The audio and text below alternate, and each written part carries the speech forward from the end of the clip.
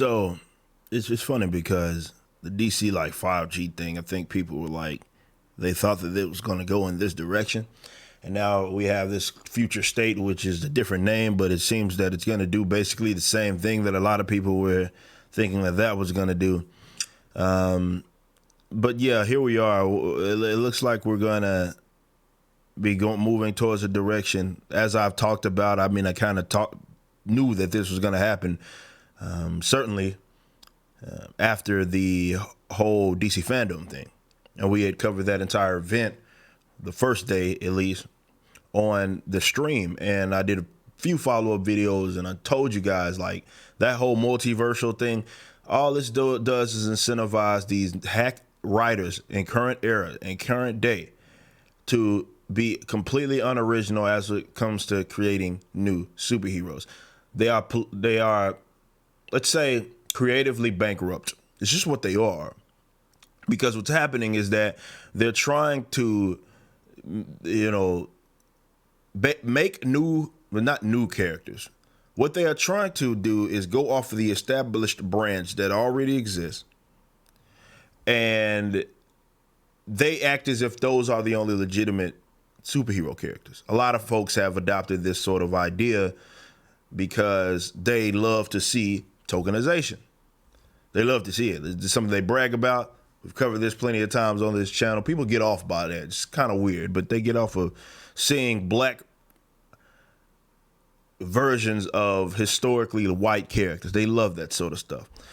DC Future State is basically about to open the door wide open when it comes to tokenization. DC Future State gives fans a look at the future of the DC universe this January. An all-star lineup of writers, Bendis is one of them, blah, blah, blah, blah, blah. DC is starting 2021 off with a bang, giving fans a glimpse into futures both near and far, full of current and new characters as the publisher announced plans for DC Future State, a 2-month line-wide event beginning in January.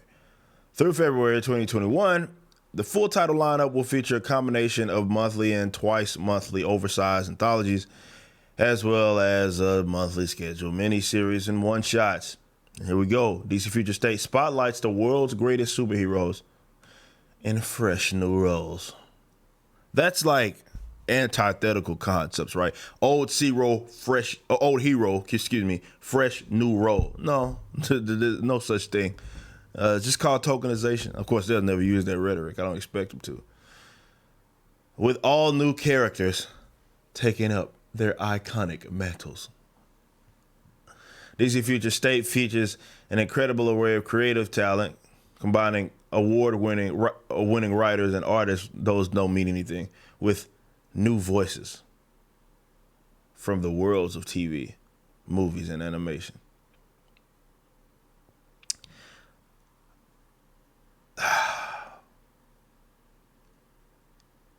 DC Future State, the multiverse has been saved from the brink of destruction, but the triumph of DC heroes has shaken loose the very fabric of time and space. The final chapter of Dark Knight's Metal, blah, blah, blah, brings life into DC's multiverse, kicking off a glimpse of unwritten soul, blah, blah, blah. The DC universe has always been fertile ground for new and refreshing takes on our characters. No, let's be clear here. You've utterly failed for the most part.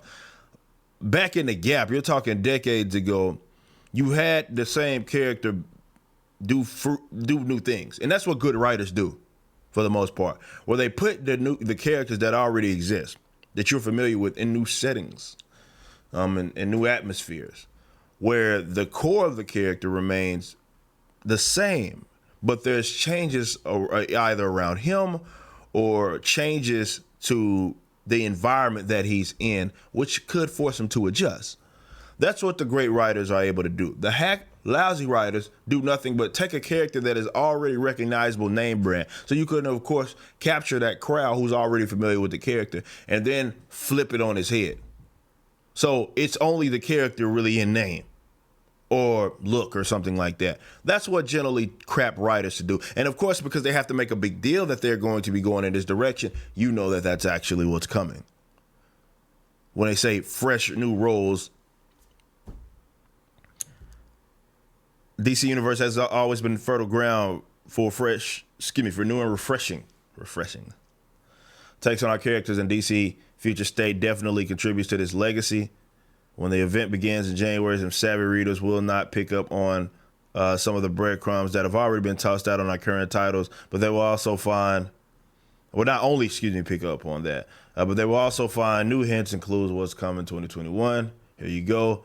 We already know that there's going to be a black Batman. It's probably going to be Batwing becoming Batman and some old stupid stuff. They made a big deal out of it in DC Universe or DC fandom. So here we go. The Bat family in this future, Gotham City is controlled by the magistrate. This villainous regime has taken control of the city. Of course, another person takes over Gotham. Now under constant surveillance, all mass vigilantes have been outlawed and Batman has been killed, but led by a whole new Batman. Assembly of Gotham's Guardians rise to give hope to all those who lost. So Future State, the next Batman, is what we're getting. The next Batman, Arkham Knights, Batgirls, Gotham City Sirens, Outsiders, Future State Dark Detective 1 through 4, blah, blah, blah, written by all of these guys that I don't give a damn about. Superman family, they're going to, looks like, I don't know what they're doing with this guy due to his involvement in a national crisis happening in the near future. Clark Kent has been rejected by Earth, causing him to focus his life-saving efforts outside of his adopted home. He travels to world to rise through the ranks of gladiatorial combat in order to defeat Mongol. So Clark is around.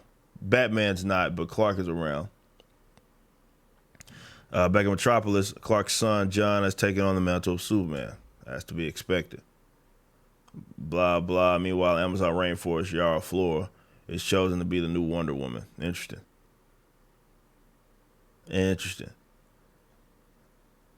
Justice League family. There runs a new league is built upon secret identities. But an old and involved enemy will use secrets to try to overthrow for Flash, Shazam, and Teen Titans. Blah, blah, blah, blah, blah, blah. So basically this Future State stuff is just a bunch of, it's going to be tokenization galore. Just expect that. Let's just cut through the bull crap. It's going to be tokenization galore. That's what you're going to get. You're going to get tokenization everywhere, and their excuse is that this is just a refreshing take, and they needed a reason to do it, or, again, an excuse to do it. So here we are. These guys they're out of ideas. When you have to keep trying to rehash versions of things that already exist to tell a story that probably should be assigned to an original character, well, because the story is probably going to be absolute dog crap, you have to change all of these different things. This is why I told y'all fools, and I think a lot of people are starting to see it now. It's like, I've never been into the whole multiverse concept. This is something that when I do my own comic book, I'm staying away from this crap, because I think what it does is, even if it's done as a one-off, it incentivizes laziness, and this is why it's never a one-off. They may set it up, oh, well, this is just this Earth and during this time period. And then, of course, they bring that stuff back. They branch off to it. And what they do is they tell these goofy stories of characters that already exist. But more importantly, what it does is it incentivizes the laziness. Like, they get an excuse to actually do it. And they get rewarded for it with stories and all of these stuff. So when they wanted to tell a story of Black Batman, it maybe didn't make sense before, but now it makes sense. So you kill off, just kind of like the Miles Morales thing, kill off Spider-Man to inject him in, then bring him into the main universe, because everybody this is the same crap. We've seen this story a million times, and then he becomes everybody's favorite tokenized character, though he, personality-wise, talking about Miles, no, that's Marvel Comics, not DC, but talking about Miles, same thing, has absolutely no difference in personality from something that we hadn't already seen in the various versions of Peter Parker. However, because he's not everybody's favorite tokenized hero, and people make these garbage. Well, I like the family dynamic. Shut up. No, you don't. There ain't nothing we ain't seen from Miles Morales for terms of his personality that we have not already seen from a version of Peter Parker. It's not even up for dispute. You just like him, and I wish you guys just be honest with why you guys like him. Goofballs that go around talking about you need to see yourself. and put yourself into these characters, because the only way you can relate to a character for whatever reason nowadays is if the character the same color as you or same gender as you or something like that. God forbid you actually enjoy a comic book character that's whatever color he is, and that's just what he is. Original. DC.